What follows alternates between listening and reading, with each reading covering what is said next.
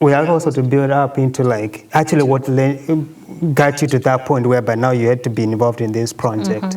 So could you give our audience like an in-depth scope of actually what transpired, especially with your health, into like leading you?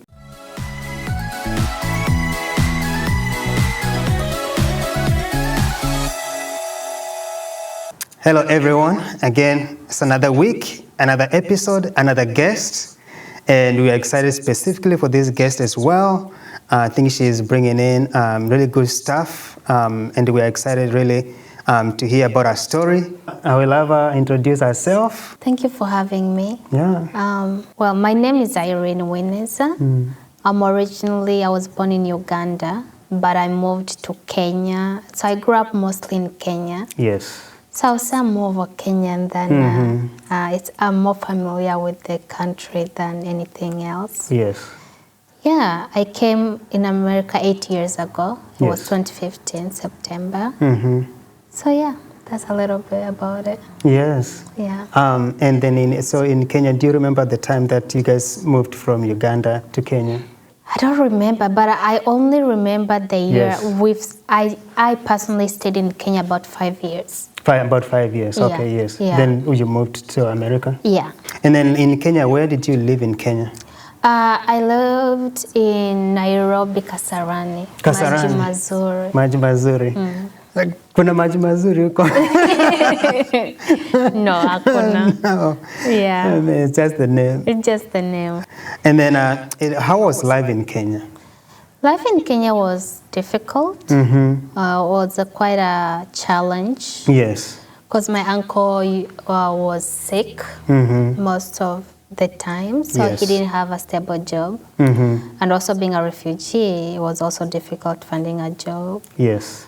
So life was very difficult. We didn't have enough to eat. We didn't have like school fees. Yes. So a lot of things we didn't have access to. Yes. Like no more. Yeah. Right. So your experience, were Kenyans welcoming, or how was your experience with Kenyans when you guys moved to Kenya? It was a mixed reaction for me. Yes. I don't know about anybody else, but I think it's everywhere though. There is some good people and then there's some bad people. Definitely, so I think it's, but overall it's a nice people. Yeah. Very cheerful. Yes. But again, you don't find it everywhere. Everywhere, yes.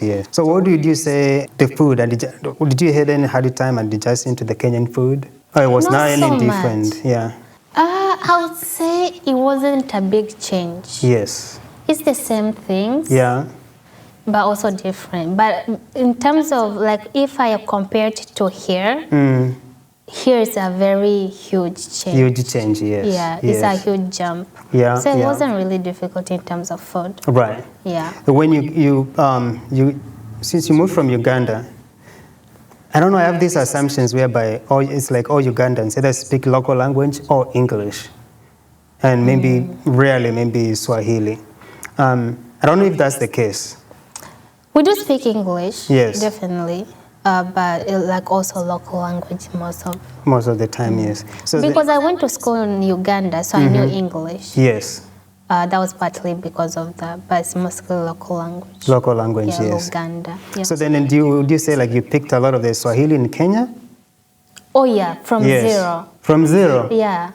Wow. Yeah, it was quite a challenge. Yes. Yeah, but it's such an easy, I've never... Yes. It's such an easy language to pick up.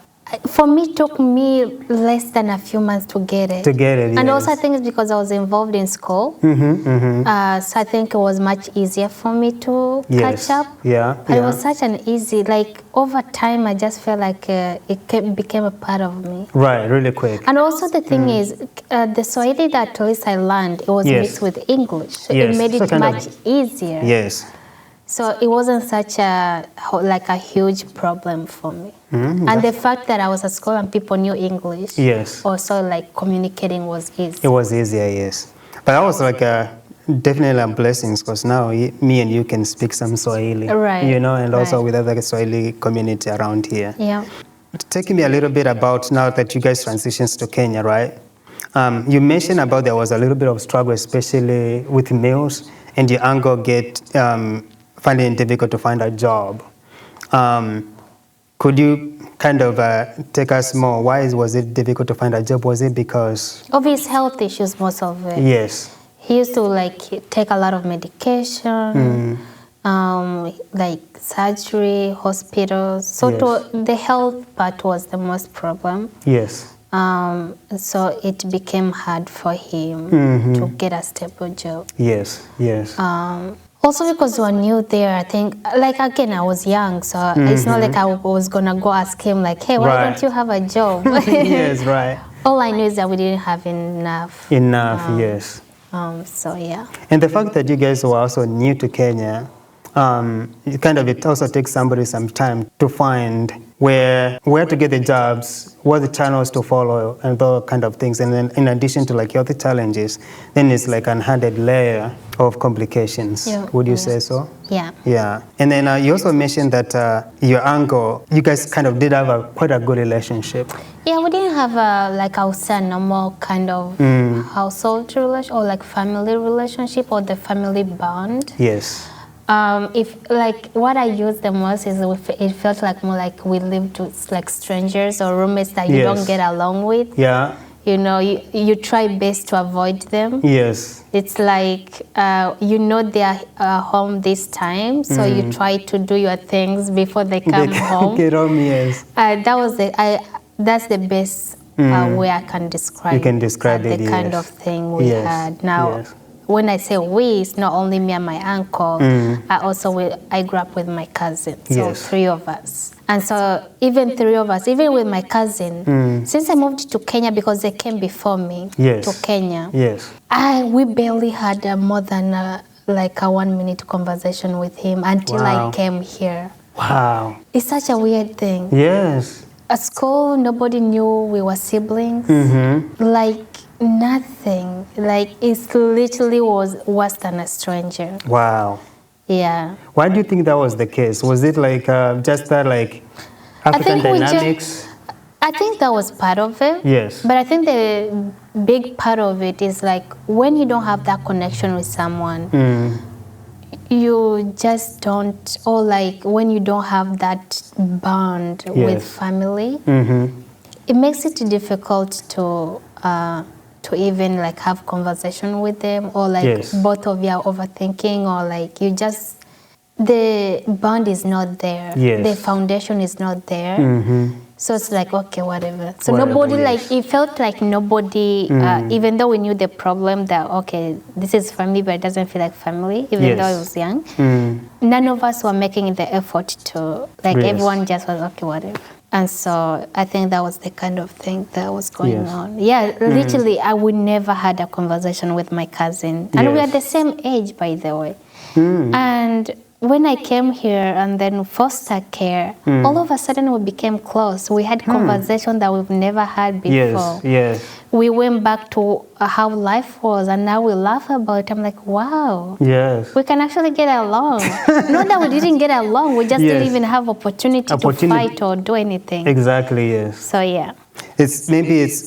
I'm also wondering, like, if you guys kind of came here, it's like, well, we don't have a lot of maybe other Swahili speakers here, or like people from Africa, so now maybe you are forced to kind of, now you're in a new environment, maybe somehow maybe that could have brought you guys close. Maybe now we felt like we have each other. Yes. So we have to rely on each other. Yes. I think maybe that's why. Or maybe it's the fact that now we are free to be whoever we want to be. So because back then I feel like everything was more of a forced situation. Because I didn't know him before I came to Kenya. So it was more of a stranger. Like, why? Are you really my cousin? Right.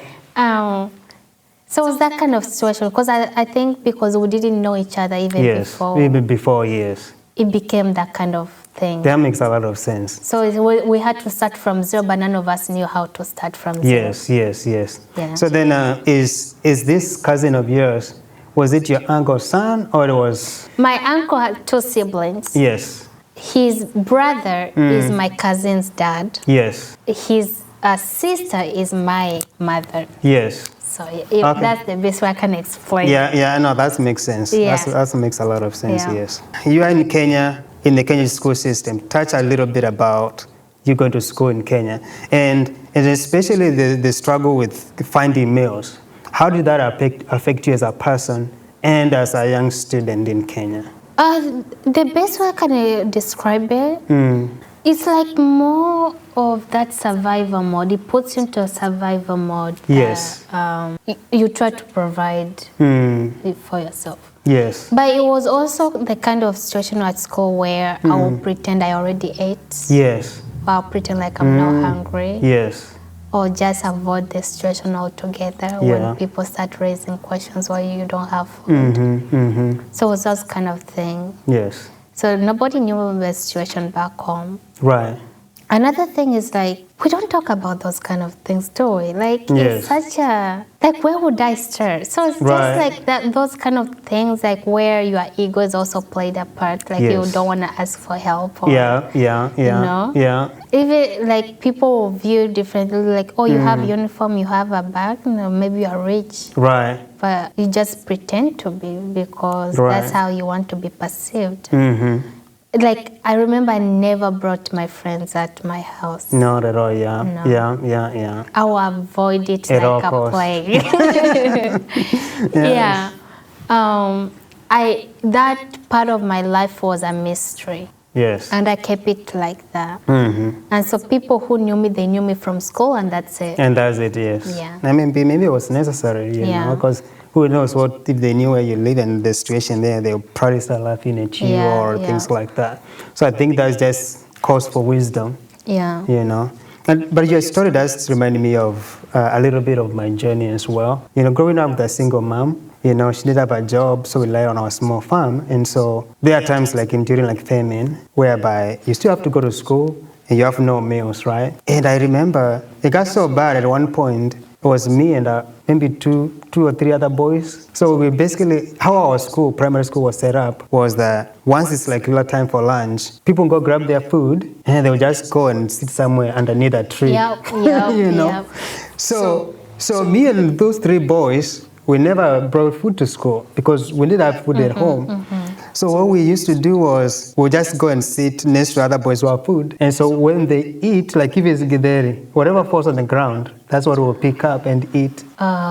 And then if other people have finished eating first, like earlier on, we had not gone to that stage, we just follow and go there and just eat whatever is on the floor. Like it was that bad. So I can like, you know, like when it becomes difficult to be in a class with an empty stomach. And also it's that's a stage whereby you are growing up. So the body is demanding, you know. And later on, it creates such a weird dynamic with food when you finally have it. I don't know if you found that, but when I came here and there's so much you can eat. Yes. I remember I went through a phase where I wanted to eat everything. Yeah. Like I'm pretty sure I gained like 20 pounds in that year. Yes. And I remember, and then I got tired of it. The food that I found so like needed and I wanted to eat. Yes. All of a sudden I'm like, doesn't interest me. It doesn't, yes. So now it's like, okay, now I've had enough. Like I've eaten everything. Yes. And it just creates that kind of dynamic with food now. Yes. Because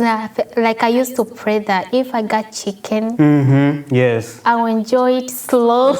But because now I live with, you know, Wazungu. Yes.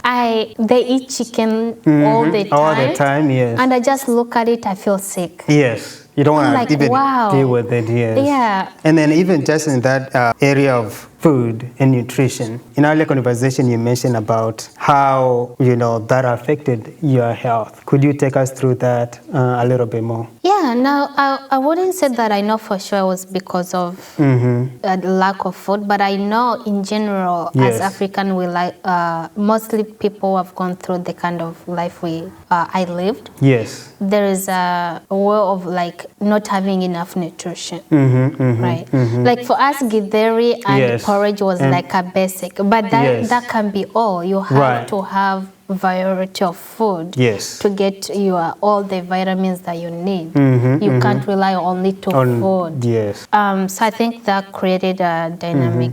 So when I came here, I remember I went through this phase where they took me to the hospital, but then I remember I was getting more shots than other people. Yes. I was like, this is not right. Like, it seemed like I needed more care in terms of give me medication and stuff like that. And so, but then I started also getting sick, and then they found out also like I was low on iron, which was quite a dangerous state. It was a 5, which the highest in a woman is 13. 13, yeah. Now that's a critical. That's very low. Yeah, that's so. They were even when they found out, they were even surprised that I was going to school. Even though in the morning I would black out. Like most of the time, but we never knew for years what was wrong with me. Yes. So I would feel dizzy, I'll feel weak, I'll feel this and this. And then one day they just took my blood and they found out that I was anemic. Yes. And it was below 5. Below 5, and you look at the doctor, I remember they all came, like 5 doctors came in at once. Yes. And they kept asking me questions, like, and then the doctor said, like, how are you even alive? Yes. Like, the highest is 13, and when it's below 12, people feel dizzy. Dizzy, like, yes. And this was a 5. And this is a 5. Wow. But then they found out that it's very common with Africans, yes. And they think it can be also because they don't know the exact answer yet. Yes. But their guess is because of the water and like you lack a lot of nutrition that you need. Yes. And stuff like that. The process of coming to America, how was that process? Like how did you come? Did you come here as a refugee, as a student? Did you come here as were you adopted? I came here as a refugee. Yes. Yeah. Now I'm still in foster care, so I don't say adopted because we are not adopted. Yes. Because we came here when we were 13, so since we're teenagers, they ask you, the decision is yours. Yes. But yeah, we came here with the UN and we came through Bethany Christian Services. Yeah. And so that was a little bit of the background on how we came to come here. And then when those news were broken, were you excited about coming to America, or it was like just a normal thing? Normal thing. I didn't sleep that night. I didn't sleep. I remember that day. Yes. When I knew the next day I was going to the airport, I'm going to leave, I went and bought this chapati place that it was made by Ugandans on the road by our house. Yes. I went and ate as much as I could. Telling people I'm going. I didn't tell them I'm going to America. Right. I just I just said bye to people. And they were like looking at me like, okay. I ate chapati. I ate mutura for the first time. Really? Yeah, because my uncle was already, it was a forbidden food in our household. Yes. So I made sure to eat it and it was the most delicious thing ever. I ate that and I went and ate, I remember like a grilled chicken that they sell. I ate a lot of stuff. It was an exciting event, but I couldn't sleep. It was very exciting. That excitement. Your experience on the plane, getting to the plane. And it wasn't bad at all. Yes. I mean, we got sick. All of us got sick from the food. Because I remember, I think it was mac and cheese. Yes. And we all got sick from it. Wow. Yeah, because that was cheese and something we never experienced before. Yes. So we all got sick. But other than that, it wasn't bad at all. It was a good experience. For me, I didn't know I was in the plane until we started moving. Because you go through the tunnel and then you just go and sit. When they have these tunnels, sometimes you just find yourself inside. So it's kind of helps because I was scared of planes anyway. So when you guys got here, who was Bethany waiting for you guys or your foster family? My foster family and my uncle's case manager were at the airport. So all of my foster family was there. Yes. They have 2 kids, that's why I say 4. Yes. And my uncle's case manager was there to welcome us. Okay, so it was you, your cousin, and your uncle both came. Yeah. Okay. You and your brother stayed in the same place, and then your uncle a different place? Yeah. Okay. They had a whole place for him. Yes. For us, we went with our foster family. Are you in touch with your uncle? Yeah. Okay, that's good. Has the relationship improved a little bit? Quite a lot. Yes. I don't want to go deep into it, but again, as I said, we never really had that kind of relationship. But over the time, I've learned that sometimes you have to let go of the anger. Yes. And understand that you're in a different place. Because if you hold on to the anger and the resentment, you will never move on. You will never grow as a person. Yes. So even though I tried to talk it out and it didn't work out, I forgave. Like, I was like, okay. Because for my own good, I had to move on. So I was like, okay, it is what it is. And I think that mentality, it took me a while to realize that, but that mentality just helped me heal. Yes. Yeah. So like now, we are good. I call him, I go visit him, he comes visit. You don't have to say this, but I have to ask. If you're not comfortable, you can just say no. I'm just curious, what were you forgiving your uncle for? Extreme way of handling problems at home. Yeah. It can be very traumatizing. Equally, yes. Yeah, and so back home I felt like I wasn't allowed to speak up for myself. Yes. Either I get beaten up on, I don't know what's my, like what I did wrong. Yes. And I learned to keep quiet. Yeah. So that was kind of that kind of relationship. Yes. And so I had a lot of wounds. I had a lot kept in. Yes. So when I came here and I started going to therapy, my therapist was like, hey, if it can help you heal, talk about it. Yes. And I remember I put all this courage thing in me, and I went to him, I'm like, I'm not going to cry. Yes. And I remember when the car, and I talked to him about it. Yes. And I remember he laughed. And he said in Swahili, he said, yeah, you kids were problems. So instead of, I didn't expect him to admit it. Yes. I expected him to listen. Yeah. Understand where I was coming from. But I didn't get that response. Yes. And I remember I stormed out of the car, and I was like, and I went and I cried for like hours. Yes. But then after that, I didn't talk to him for a while, for actually a few years. And then the more I went to therapy, I just realized I did my part. Yes. I can't do anything else. Yes, yeah. But at the end of the day, he's my family. Equally. Right. Yes. Mistakes happens. Even parents make mistakes. Oh yes, all the time, yeah. And as kids, we are not perfect either. Yeah. So for my own good, for my own peace, yes, I had to let go. Yes.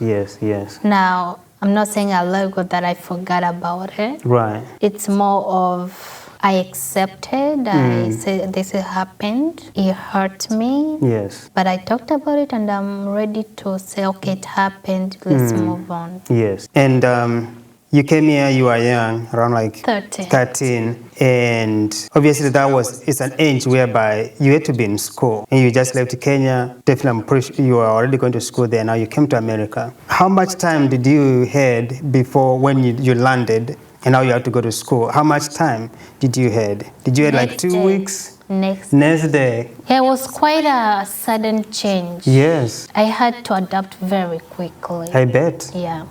So the next day we had to go register for school. Wow. And I remember with 8th grade. Yes. We had to take some tests to see where our English is and where they will place us. Yes. Yeah. But it was the next day. It was the next day. Wow. So it was quite a sudden change. That was a lot to bite. Coming to a new place, meeting your family, which were new to you, and then now having to go to school. Yeah. So really you didn't have much time, time, like even to walk around, really? No. Yeah. No. Because we came towards the end of September, so schools have already played. Yes. So we had to. So there's no time really to come and sit down. Yeah. Otherwise, you would have missed a lot. Yeah. How was your experience in high schools here? To be truthful with you, I don't even have memories of 8th grade because it was so quick. Yes. I don't even remember much. Yes. It went by so fast. It was like in a blink of eye, I was in high school. Because 8th grade is the end of middle school. Yes. And then you are transitioned to high school. I've had like high schools here, I'm very interested. I never had an opportunity to go to high school here. But I hear there's a lot can be going on, because I think that's also a stage whereby people are in a stage of discovering. There are also a lot of changes in their bodies and all of that. How was high school? How was peer pressure like? I don't think for me it was about peer pressure or the environment, or I mean it was overwhelming. Yes. Right? I went to Iskentwood, so it's quite a large school. Yes. But it's like very diverse. Yes, it is diverse, yeah. But for me, the struggle wasn't there. For me, it's those high school days was where I struggled most with my health, either mentally and physically. So that was the big part of it. I missed a lot of school. Yes, I was able to graduate, but I missed a lot of school. I missed a lot of experience that I could have experienced in high school because of my health issues. Because of your health issues. And I know you mentioned earlier when we were having a conversation that you actually participated in a project with Hope College, and was it which treetops? Yes. And then you actually were able to develop, was it like some sort of a journal? Yeah, fundraise. Yes. Yeah. I think that's a really important aspect that I would like you to be able to tell people how your experience was. But we have also to build up into actually what got you to that point whereby now you had to be involved in this project. So could you just give our audience an in-depth scope of actually what transpired, especially with your health, into leading you to be involved in that project, and how you actually were able to handle your mental health situation, please? Yeah, so now we are going into health. Yes. I don't want to get, I don't want to cry, but it's such a hard topic for me because I went through quite a change. Yes. Let's start with physical. As I said, that's about the time where they found out that I was anemic. Yes. Now, how that looked like, I would go to the hospital, I think it was for a month. Yes. For blood transfusions and taking tests and stuff like that, finding out what was wrong, but my body wasn't observing the iron. So I got put on iron pills, stuff like that. But after that, after the hospital, a few weeks of hospital, I had to go back every month to get blood transfusion. And then it went on every 3 months. So you can imagine how much school I'm missing at this point. Yes, it's a lot. And then it went on 4 months, 5 months, 6 months, once a year, stuff like that. And now I was good. So that alone took a lot of time of the experience that I would have gotten into high school. Yes. So that was the most, because I would black out in the morning. I feel dizzy. I would get sick quite a lot. Yes. Mentally was the most challenging. Yes. And I think was also this where I got very depressed, anxiety build up and everything. And also it's was proven that with anemic it can create of the depression because your body, everything it just changes. Yes. So yeah, this is where I was going through a hard time mentally. I started overdosing. Yes.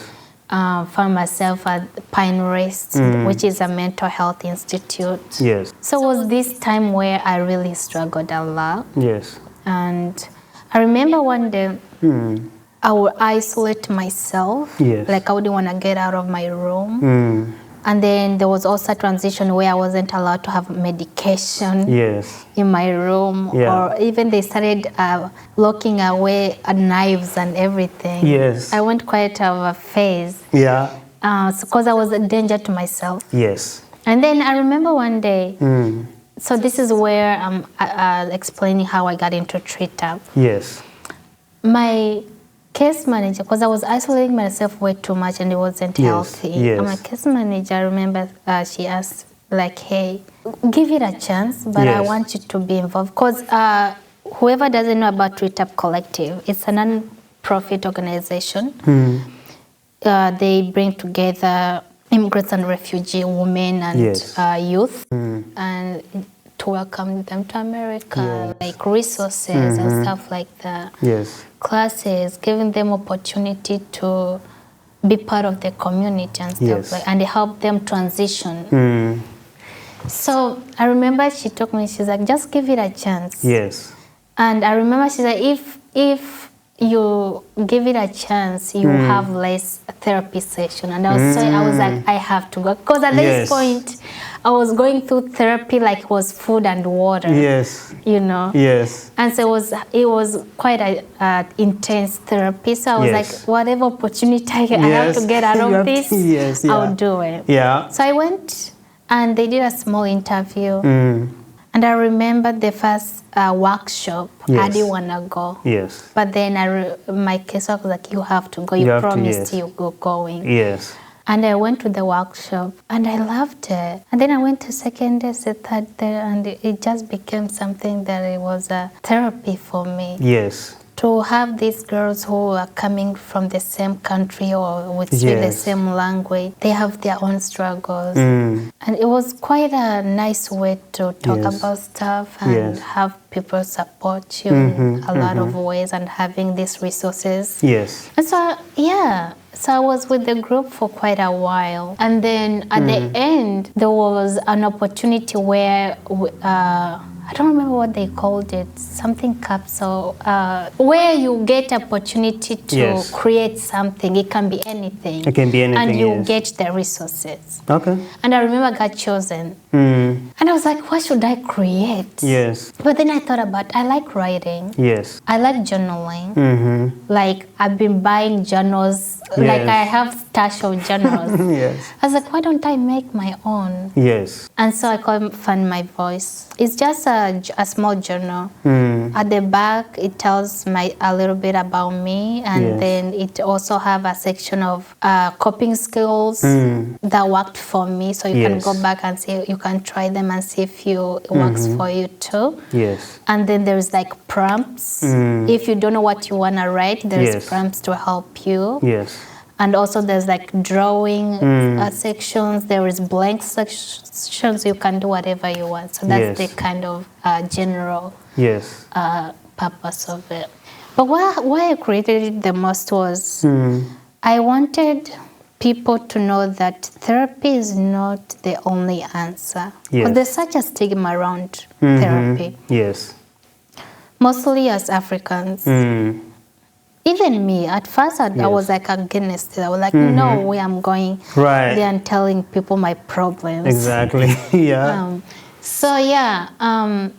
just wanted people to understand that it's not the only way. There's millions of ways we can cope with our situation, our problems. So, And I know like some of our audience could be wondering, you mentioned something, I'll just take you back a little bit, about like you're overdosing. Like, what were you overdosing on? On medication. The same medication that is supposed to be helping you. So were you taking more thinking that it will solve your issue quickly, or what was the... No, the purpose, I think it was such an intense feeling at the moment. I didn't want to live anymore. It was like, so it wasn't more like I wanted to help me and I knew what was going to happen. But, Is there a reason why you stopped overdosing? I think, what was it, 2021? Was it 2021 or 2022? I remember I got into an accident. And then afterwards, I was fine, nothing major. And then afterwards, I overdosed again. Even after years of therapy and after years of telling myself I'll stop. I overdosed and I went to the hospital. I remember my mom crying. Like, I wasn't fully aware, but I could hear her cry. My foster mom, Msafiri. And for the first time, I felt so loved. Even this wasn't my first time hearing her cry when I was in the hospital. But that moment... This particular one was special. This particular one was very special for me. And I think that was like my turning point. I just figured I could hear her pain. And that for me was a turning point. Yes. Like mentally, I promised it will never happen. And so far since then, I haven't. Yes, we thank God for that. And such a blessing. Yes. Yeah. Is it like amazing that I feel like everybody, for the things that we struggle with, there's that point where you get to a point and then it's just like a turnaround. And sometimes it's difficult to change things until that point. I don't know why it happens that way, but I just know that my little experience, some of the things I've struggled with too. Like there's that time whereby something just hits you like, oh wow, like I don't need to do this anymore. And so I'm glad it got to that point as well. So I'm thankful for her. Yes. With what is the importance of journaling and writing down how you're feeling sometimes, and maybe I'm assuming you also write down maybe the steps that you need to take.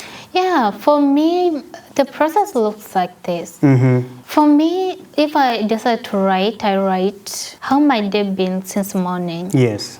Or how I'm feeling, or either it's the negative feelings that I'm feeling. Let's say I'm feeling bad and I write down the negative. Yes. I don't stop there. I go a step further and say, okay, well, what do I think was the triggers? Yes. You go back and you walk through identify it. those, You identify that, but don't also stop there because you are still in that negative space in your head. Yes. So you have to find a solution.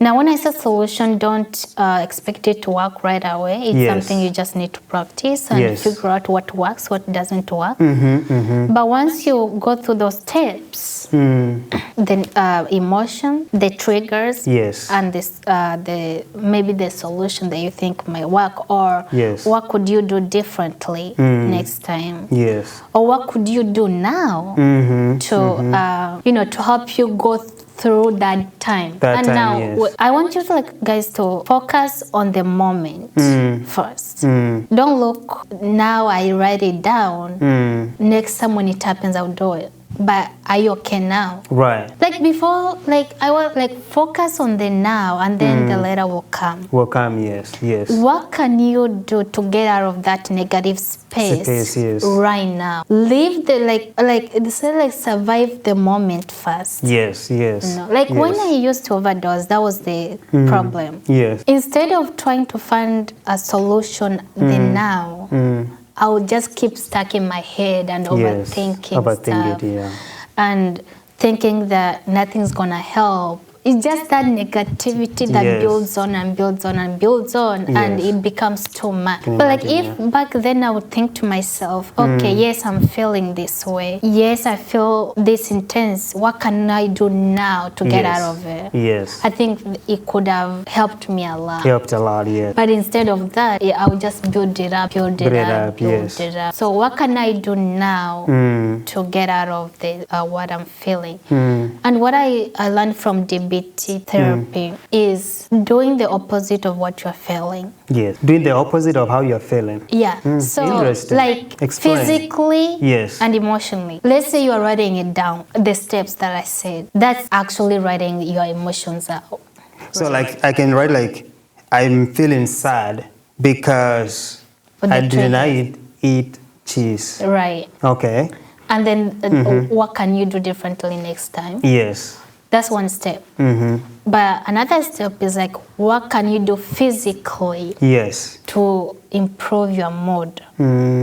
Right? Yes, so it could be an activity like, let me go for a run. Oh, yeah, coloring. Oh, coloring, yeah. Drawing or sewing. Yes. Anything but physically. Yes. All right. Right? So I learned to do that. And actually it helps a lot. And I also what I learned the most that works for me is also getting these ideas from the internet, coping skills, writing them down, folding them up, and putting them in a cup or a jar. Yes. And every time you feel those negative emotions, either it's stress or whatever, and write also the the duration, like how long you can do them to, and put them. So whenever you feel like that, you grab one paper, open it up, and whatever it reads, do it. But don't let it be emotionally that makes you think even more. Let it be physically that can express or like get it out. Yes. So that's one way that I recommend the most. So jar, don't stop on writing, because writing sometimes can't help on everything. Yes. So quick question. So with that jar, with the ideas you got from the online, right? You printed them, you carried them out or written them down, you put in that jar. So every time I feel like I'm not doing well, I just grab one. So once I grab one and I read it and do the activity, what do I do with this? Do I discard it or I put it back? You can put it in a different cup. In a different cup? Yes. Okay. So when that is all empty and you've used it up, you can mix it up again and use it. Okay, gotcha. Yes. Because then that allows you like to do all the activities in that cup or jar. Otherwise, you'll be repeating yourself in some of the activities. That makes a lot of sense. And that also can create like a repetition, and they can stop working in some ways. So, yes.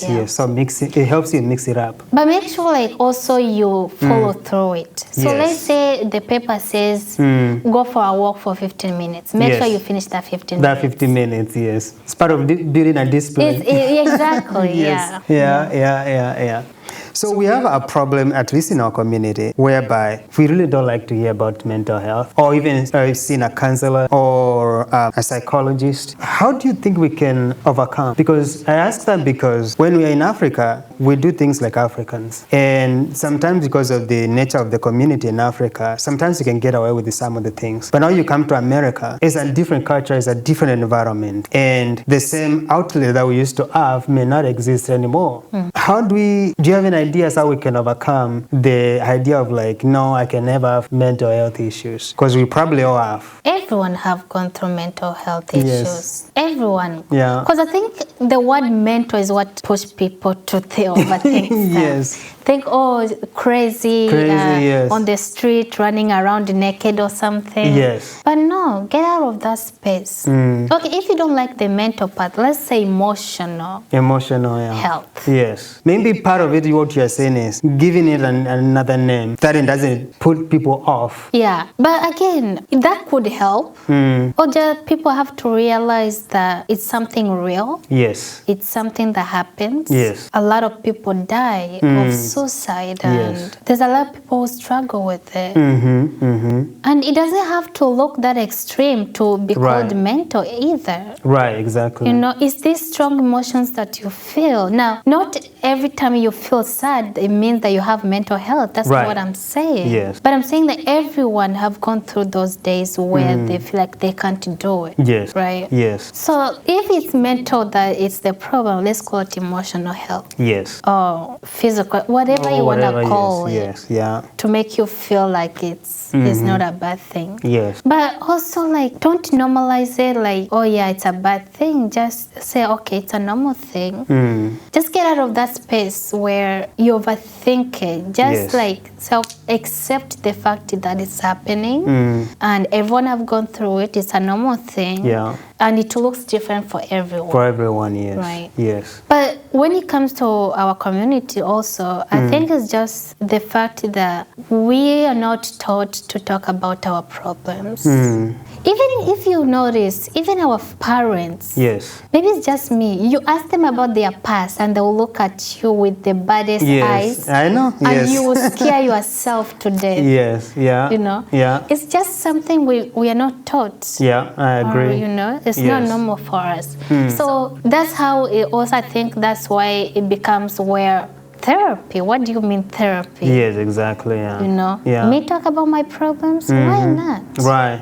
Because for me, that's how I felt too. I'm like, no way. Right. But then when you think about it and give it a chance, you're like, okay, this is a person who have gone through it. Yes. Well, not like through the problems that you've gone through, but this is their job. Yes. They get paid for it. Yes. Yes. So there's certain things with that, it protects you. is confidential. Whatever you say in that room, and this is a person who don't know your family, don't know your friends group. This is a space for you to heal. To heal, yes. This is a time for you to say, okay, no distractions, yes. no family member to come and judge me, yes. no friend to come judge me. This is my space to yes. tell how I feel. How you feel, yes. And for them to give me a feedback and listen to me. Yes, yes. And in that space, it doesn't matter if you are wrong or you are right. Right. You are just... You're just going to be there and nobody's going to tell you are wrong or right. And these professionals, normally they are obligated by law to keep it confidential. Yeah. So that means if they were to go and tell somebody, then they can legally be jailed for it or face whatever consequences by law the law requires. Yeah. So it's really, and that makes it a lot more safer. Yeah. And if it's a lot of these professionals, a lot of times it probably even people, as you say, like you don't know them, your family doesn't know them, they don't know your family, so there's no way what they'll meet with your family and without your consent. No. Yes. Right. What if they were to identify something that is a threat to yourself? Now, are they obligated to say something? Yes. To who? Now, depending on how the situation is. Yes. Right. Like for me, I was in Bethany Christian Services. I was still underage. Right? Yes. They are obligated when they see a threat or say something that could be a threat or I say something and they think it's a threat. Obviously, they either gonna call my doctor. Yes. Or whatever emergency contact I have on paper. Yes. Because I am underage. Right? Yes. But as an adult, you have more flexibility with that. I agree. If something goes wrong or something, a threat or something like that, you put emergency contact someone who you're comfortable with, right? Yes. And they can go, either it's a doctor or you don't have to put down your family. No. It can be a doctor that you trust. It can be anything. Or they can just call 911. Yes. Wow. Yeah. That's also an option. That's also an option. That's good to know. So as an adult, you have more options, but as an underage, they are obligated to report it. To report it, yes. That makes sense. And then there's also network 180 that they can also call. It's free to anybody. Yes. You know, sometimes I think we have more resources than we actually don't know they exist. Right. You know, one time I was talking to some ladies here, I was interviewing here, and they mentioned there's a African Resource Center just right here in the corner, and I didn't know they existed. And I think us taking the time to understand what is accessible to us as immigrants is important, because some problems seem to be too big. Who will solve it? Yet there's actually someone who can. There are resources available to take care of it. We just need to know. Yeah, don't go through things alone. Trust me, even though sometimes you will feel when you were going through something, you feel like everyone have abandoned you. Yes. Or you feel like you are in such a dark place that nobody can pull you out. Trust me, someone can always pull you out. Yes. You just need to seek out that help. Yes. You just need to acknowledge, yes, I'm going through this and I need help. But also we're talking about it last time. I feel like the one advice that I can give is like, at least for me, the first step that I had to take to the journey of healing. Now, I'm not saying I'm healed because I'm still in therapy after 8 years. Yes. Is letting yourself feel the emotion. Don't hide them. Don't hide it, yes. Because this is when they blow up in your face. You think you are so strong and you can handle it. But one trigger can happen and you blow up in your face. Yeah. So let yourself feel, give yourself grace and build that community, safe community that you can always go to when you need it. Yes. And trust me, we are here to help and we are here to listen. Yes, there's bad people in the world, but not everyone is bad. I agree. You just have to find the right people. To identify the right ones, yes. Yeah. So if somebody wanted to get access to that journal, where can they find it? Now, I'll have to make sure they still have it at Treetop, but you can go to treetop.org. Yes. Treetop Collective, and it's called Find My Voice. Find My Voice. Yeah, I'll also send you the link. Okay, awesome, yes. But I also have to make sure they still have it. Sounds good, yes. Once we get it, that information, we'll put it down here. Yes. Yeah. So you guys can check it out and see if that's a resource that can help somebody. So as we wind up, Irene, just encourage somebody who might be going through a difficult time in America. Final words for them. Let me break it down. Yes. For people who are struggling, like adjusting wise, I would say be open-minded possibilities to people, to experiences. Don't close yourself up. Yes. Right? Find your people. Now, I can also say that know that adjustment takes time. Yes. But also, again, I think the big part about it is just be open-minded. Yes. You know? Yes. Don't think that people are going to be perfect or this country is going to be perfect or whatever. Yes. Just be open-minded to anything. Be welcoming. But mental-wise or emotional-wise, yes, it's possible to heal. It's possible to get better. Yes. But the first step is, first of all, let yourself go through it. You're a human being. You know, yes. One or another, those emotions are going to come out. They'll come up, yes. Trust me, they are going to come out. At some point. It's just a time of, it's just taking time. Yes. You know? Yeah. And the sooner you let it out, the better you can identify, okay, now it's time for me to go through the steps of healing. Yes. And that can look different for everybody. For everybody, yes. That's the second part I was coming to is know when to seek help. Yes. Find that one person who you can talk to. There's so much resources around you for people who are able to listen. I'm here to listen. Yes, yes. I'm not here to judge you. So, yeah, let yourself feel the emotion. Go through it. Go through it, And then the most important thing is seek help. That's important, seeking help. Yeah. And it only takes one step. You can't do it all alone. Yes, yes. Yeah. Some problems can seem too big, but once we share them, it's half solved. Yeah. Well, that's been great. Thanks for sharing. I think we're going to wrap it at this point. We just want to say to our listeners, you have heard Irene and us sharing a story. It takes courage. And I specifically want to say it takes courage for somebody to come and share in front of a camera and knowing that actually the information also go public. Right. It takes courage. Not everybody wants to share. And so you're willing to come out and share, hoping somebody now or in the near future or even in the far future will be encouraged. I always believe that what we have gone through, somebody else doesn't have to. If we can reduce the pain they're gonna go through by sharing, so then they can at least take some steps that we didn't know about. Right. It's something. So thank you for sharing. And the last thing I would like to say is to thank one of our sponsors. And that sponsor is the one who made the banner behind us. And it's beautifully and wonderfully made. And so we just want to thank Maiva. Our channel is Vart25. I think that's VAVART25 on YouTube. So please check out our channel. She did amazing work. Yeah, see if you have any project, maybe it's something that she can help. She charges a little bit, so be ready to spend. But I can guarantee you that she'll do a great job. So thank you, Maiva. We really appreciate you. And we also appreciate your husband. I saw he was also helping. So thank you so much. We here at Msafiri Diaspora Dialogues, we are happy. It's working and we love it. It was a great replica of some Nairobi and some African culture, African dances. Maybe that could be a Ugandan dance and this could be Tanzanians here drumming and Nairobi then in the background. So thank you so much. This is really wonderful. Lastly, please, if you have not subscribed, go ahead and subscribe. The analytics show that 63 to 73% of people who watch our videos, they actually have not subscribed. So just imagine how much it will mean to me if those 73% can subscribe. But either way, I like the views, I like the likes, and thank you guys for sharing. And as we build this community, if there are topics that you guys want to hear us bring more and of individuals that would like us to bring to the show, please let us know. Again, thank you for watching and thank you for supporting. And lastly, thank you, John, for showing up also and helping us make this a success.